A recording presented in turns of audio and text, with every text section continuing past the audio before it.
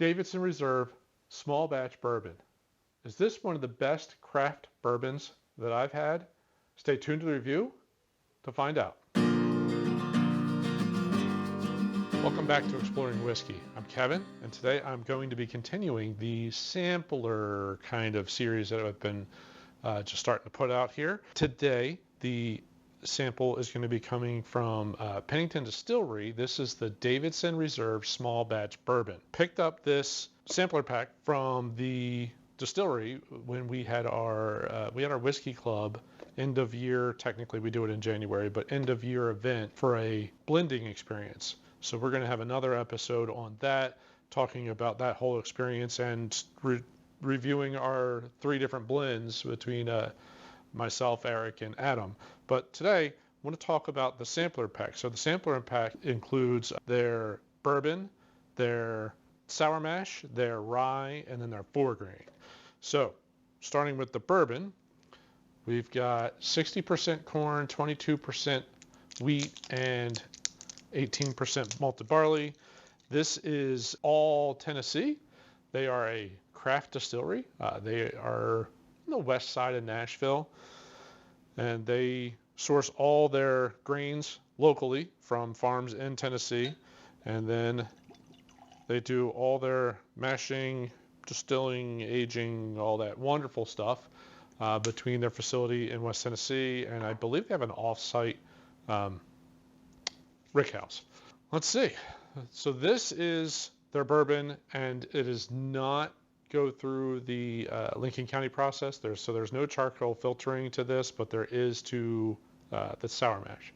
101.7 proof. Interesting, like that. And $50 for a full-size bottle. Off the nose, I get a sweetness. There's a honey note, honey cracker, honey graham note, somewhere in that range. And a light fruitiness, soft fruit. The honey and the graham cracker kind of come through the most. The palate is a little bit more youthy, I guess, is really what it comes down to. I don't believe there's an age stated, but it is at least 4 years old. I do know that. It's not crazy artisanal or anything like that, because, I mean, it's technically artisanal. It is a craft distillery. But there's a little bit more, it's a little sharper. That sweetness, that honey, it's not as apparent on the palate as it is on the nose. There's a little bit more spice, still a touch of fruit. There is some sweetness, but there's like maybe a little nuttiness in there, like a more hearty, like an almond or walnut type thing. But there's definitely still a sweetness that sits underneath there, almost like a sweet corn. It's only 60% corn, so that surprises me, but I mean, it's possible. The proof it's a little aggressive. It's a little harsh when you first take a sip, but as soon as you get past that very initial sip, it's just, whoa, that got really sweet now. So now you're talking almost like a maple syrup, a brown sugar note. I don't know. Yeah, that opened up way sweeter. Second sip as well, and that was the first sip for the evening. So let's see what a little bit of water adds to this guy. Now I get more of a toasted marshmallow note, a little toasted vanilla, those kind of notes. Lost some of the honey and graham cracker note. Different fruits, not that light fruit. It's a little bit more of a dried fruit. Different, still solid. That's a really solid nose.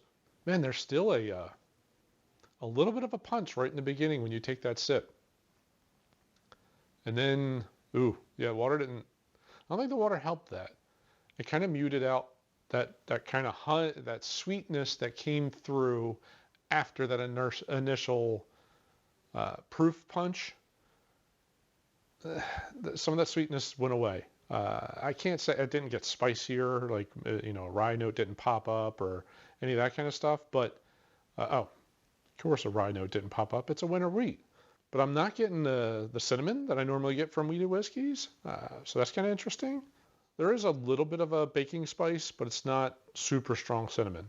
Second sip, much more baking spice. Again, the proof hits in the beginning, but instead of going to all those sweet type notes that I was getting with it neat, it went all baking spices. So allspices and a little bit of cinnamon, a nutmeg. There's all of that kind of thing going in there with a touch of an underlying fruit note, like a dried fruit note, raisin, apricot,